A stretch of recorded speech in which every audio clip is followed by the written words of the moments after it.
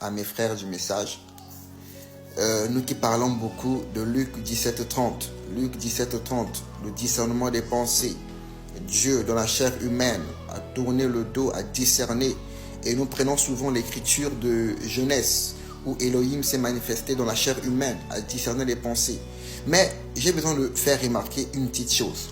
Je ne suis pas venu ici pour dire que tout ceci n'est pas vrai. Je le crois, parce que je crois en ce ministère du temps de la fin qui est Malachie 4.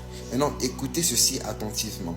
Quand Elohim s'est manifesté dans la chair humaine, Elohim a discerné les pensées et Elohim a révélé le mystère qui était caché, qui était la destruction de Sodome et Gomorrhe à Abraham.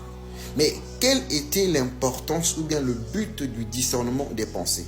Parce que nous prenons souvent l'écriture de Genèse, nous l'identifions à Luc 17:30, mais des fois on s'arrête. On s'arrête pourquoi? On est plus dans les polémiques, discernement des pensées, les gens crient, sautent. Mais c'était pour quel but?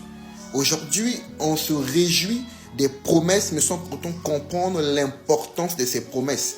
Parce que si on ne comprend pas le pourquoi de tout ça, alors tout ce que nous faisons est multiplié par 0.